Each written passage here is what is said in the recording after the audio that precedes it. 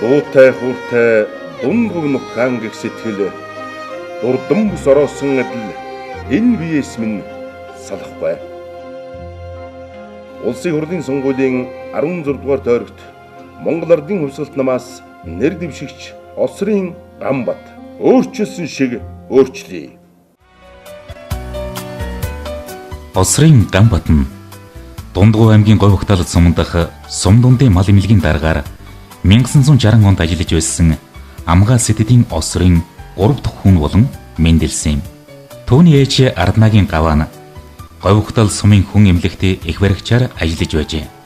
Аав Оср нь 1962 оноос аймгийн хувьсгалт залуучуудын эвлэлийн хорооны 1-р нарийн бичгийн даргын ажлыг хашиж байгаад 1965 оноос Улаанбаатар хотод ажиллаж амьдрах болсон.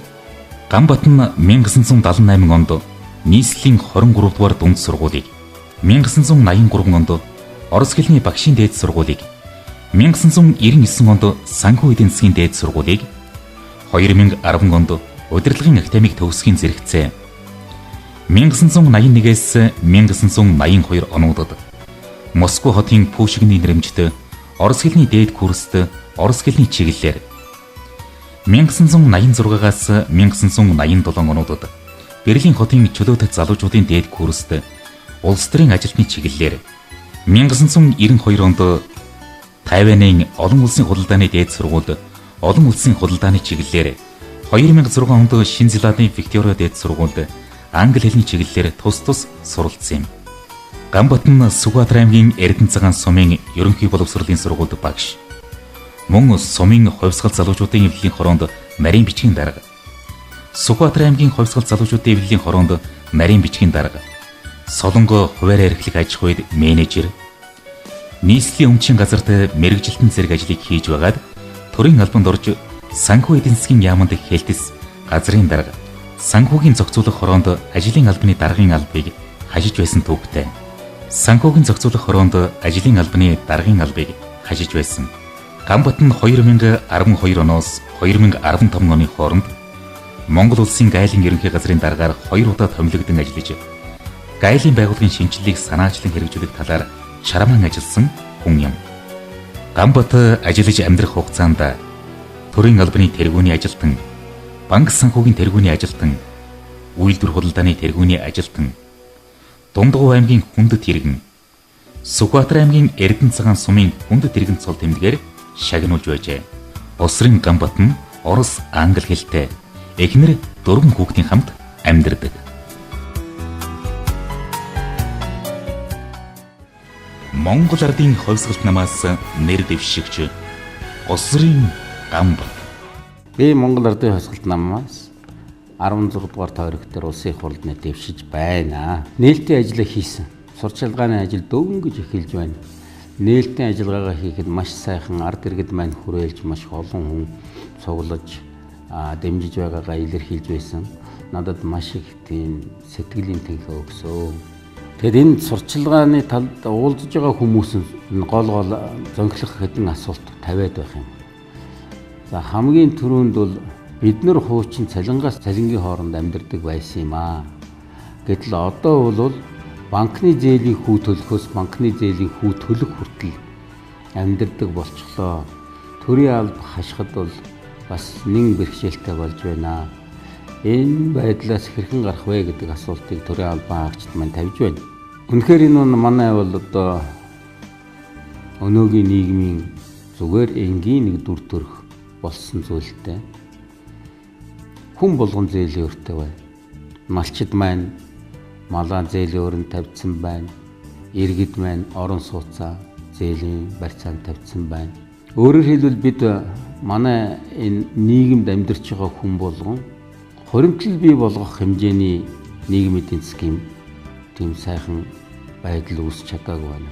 Тэр өмд хүнтэй улс гүрэн болоод байхад 3 сая хүнтэй Монгол орн яага болд.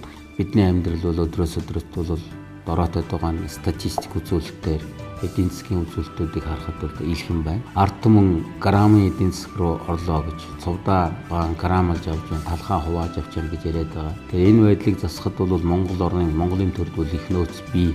Хөрсөн доороо хэмжээлшгүй их баялагтай. Хөрсөн дээрээ тоолоод баршгүй малтай. Дайн дажин аюул байхгүй. Байгалийн айхтар том гамшиг байхгүй. Энэ 3 сая хотоодыг дүүргэхэд 3 сая мөрийг хувцаслахад нэг их ухаан ормооргүй юм шиг. Төрийн албан данхаагаад төсвийнхаа мөнгийг тарамдуулаад ард иргэддээ зориулсан мөнгө төгрөг нь хомсдоод ирэхлээр эдийн засаг маань бас одоо хямраад ах шиг байна. Монгол орны гэвэл би дэлхийн тэр эдийн засгийн хямрал гэхээсээ илүү өөрийнхөө дотоод нөөц дээрээ бол хөгжих бүрэн боломжтой орн гэж боддог л доо. Төрөө бид нар бол эзэн шиг нь авч явж чадахгүй байна уу л гэж бодож байгаа.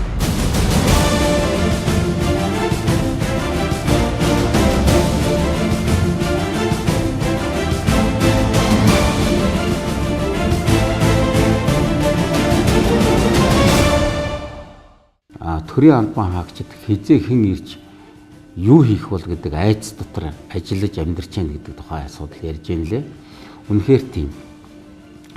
Дундгуй аймгийн хувьд өнгөрсөн 4 жилд бол манай аймгийн иргэдийн хурлын төлөөлөгчдийн хурал бүрэн бүрэлдэхүүнээ бараг хуралдаагүй ярьдаг юм байна лээ. Хурлаа хийхлээр засаг дарга унгаана гэл иргэдийн дарга авч хаяна гэл ингээд яриад. Тэгэхээр засаглал тогтвортой байж иж хөгжнөхөөс биш зүгээр нэг хүнийг нөгөө хүнээр солихолоор тэр хүн өөрийнхөө багийг бүрдүүлнэ гэж ажил хийж байсан улсуудаа туршлах суудсан байсан одоо ажил сурах шаардлагагүй хүмүүсээ солиол өөрийнхөө баг гэл нэг шинэ хүн авчираад цаг хугацаа алдаад хөгжлөө сааруулад байна уу гэж би боддгоо.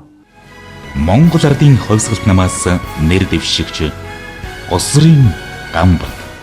Дараа нь иргэд маань бас нэг асуулт их асууж байна да. Энэ олон намууд хэрэгтэй юм уу юм уу?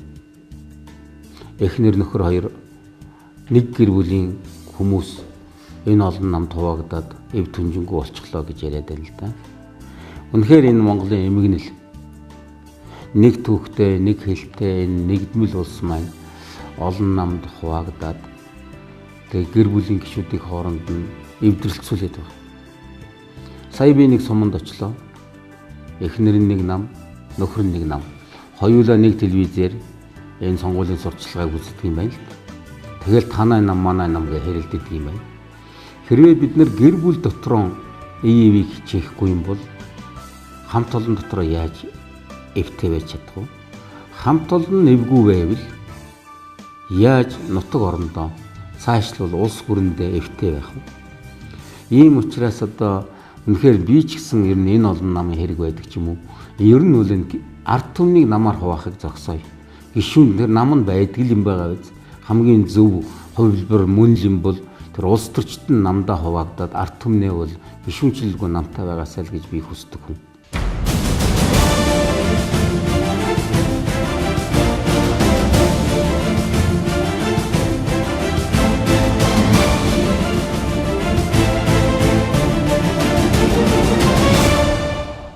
(1997) онд ер нь би нэг тохиолдолд Дундгуй аймгийн засаг даргын тамгын газрын нөхдүүдтэй уулзсан. Аймаг маань ер нь хүүтэн өвлждөг, дулааны асуудал шийдэгдэг байгаа гэж сонсоод бид санал тавьж байсан.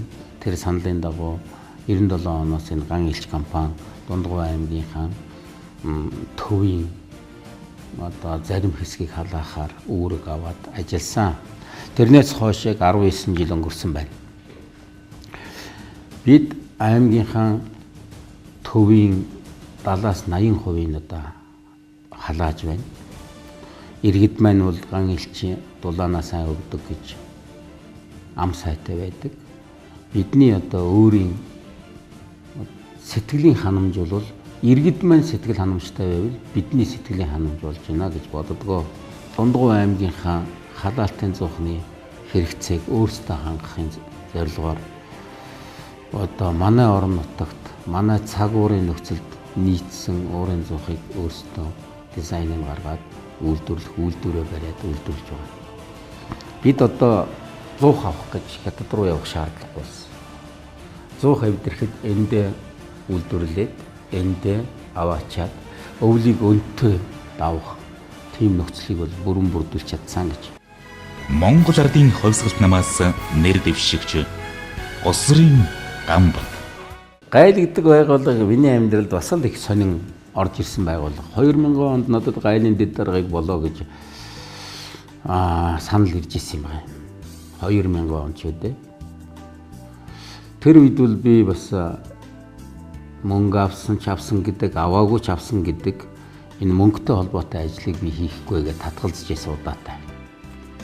Гэтэл яг 12 жилийн дараа 12 оны улсын их хурлын сонгуульд ялагдчихад эргээд би Улаанбаатарт байж хахад сангийн сайд Улаан надыг дуудаад сангийн яамны төрийн нарийн бичгийн даргын ажлыг хийх үү гэсэн санал надад тавьсан юм байна. Тухайн үед бол би бас аймагтан ажиллаж нэг бүтээн байгуулалтыг хийх нь илүү юм шиг санагдаад тэр өндөр албаас татгалзаад орон нутгийн сонгуульд ирсэн. Миний барий гэсэн аймгийн хөгжүүлэх гэсэн гол зорилго нь бол нэг дөрвөн байшинд л байсан юм. Дөрвөн байшин гэж аймгийн иргэдийн эрүүл мэндийн хамгаалах, эрүүл орчинд амьдрах нөхцөл суурийг тавих 3 байгууламж. Тухайлбал ус цэвэрлэх, зөөлрүүлэх байгууламж, далд аргаар орчин үеийн технологиор хийгдсэн охирын цэвэрлэх байгууламж, төвлөрсөн халаалтын зөх. Энэ 3-ыг бид хийчих юм бол иргэд маань амьсгалын замын хоол боловсруулах хэрэгтний элэг цэсний өвчлөлийг багасгах нөхцөл нь бүрднэ гэж тооцож байсан юм аа. За дөрөвдөх нь бол тэгэхээр энэ аймгийн эдийн засаг санхүүг сайжруулах, түргэтгэх, тийм усан эмчилгээ зугаацлын газрын цогцлборыг барья гэж бодсон. Хэрвээ тэр цогцлборыг барих юм бол Дундгов аймгийн Мянганы замаар явж байгаа хүн болгон тэр дундаа Өмнөгов аймгийн иргэд 5 толгой, оюу толгойд ажиллаж байгаа ажилчид, Монголын газар нутгаар зугаалж байгаа жуулчид болгон тэнд алжаалаа тайлж 1 хоног учиртай гэж тооцож байсан. Тэрнийг дагаад бол мэдээж ажлын байр нэмэгдэнэ. Тэгэд энүүгээрээ дамжуулаад бол аймгийн эдийн засагт бол нэлээд хувийн нэмэр оруулах юм болов уу гэж ирж байсан төвхтэй. Сонгуулийн дундуур надыг бас гайлын дарга хийгээч гэж хүсэлт ирж байсан, санал тавьж байсан. Би гайлын дарга болмооргүй засаг дарга хийл гэж бодож байсан. Тэгээ нэгэнт засаг дарга болж чадахгүй юм чинь гайлын даргаар очсон доо. Тэгээд Америкийн нэгдсэн улсын Сан Франциско хот руу ерөнхий консулоор явах гэсэн санал ирсэн л дээ. Явж хараахан амжаагүй байтал бас засгийн газраас нэг урилга ирсэн. Тэр нь гайл болохоо болчлоо. Өнгөрсөн 6 сарын хугацаанд бол ер нь Замбраагүй олон явдлууд болсон. Та очиж гайлаа очиж цэгцэлж өгөөч гэж ирсэн. Ингээ 2 дахь удаа баруун Монголын түүхэнд анхны удаа гайлын дараагаар 2 дахь удаа томилогдсон түүхтэй. Маргаашаас эмээхгүй сайхан амгалан ажиллаа хийх, тэр авилгад идэгдэхгүй өндөр ёс суртахуунтай ажиллах, тэр нийгмийн баталгааг хуульдан суулгаж өгөөд хуульчилж чадах юм бол би жинхэнэ ёстой гайлын дарга болсны гавьяа маань гайлчдаа хүргэх буян маань энэ юм уу гэж бодож явдаг нэг юм байна. Гайл сайхан байгууллага, эрх хэмсэг байгууллага, нандин байгууллага гайлчдыг бол хайрлах ёстой юм гэж боддог. Монгол ардын хувьсгалт намаас нэр дэвшигч Усрын Гамбат. Ер нь хүн болж төлөвшнө гэдэг бол маш их урт хугацааны асуудал байдаг л да. Хүн насан туршдаа сурдгийн юм лээ. Тийм учраас улс орны хувь заяаг үндэсний оршихыг шийдвэрлэж байгаа тэр улс төрийн босго бол их өндөр байх ёстой гэж би боддог. Ирээ эхлээд засмаар байна. Зөв хүмүүсээ сонгомоор байна. Шудраг хүмүүсээ Монголоо гэсэн сэтгүүтэй, Монгол ухаантай, ард иргэдийнхаа сонгогчдынхаа эрх ашгийг дээдлэн хөндлөж тэр хүсэл эрмэлзлийг нь хэрэгжүүлэх чин сэтгэлтэй хүмүүсээ сонгох хэрэгтэй гэж боддог доо.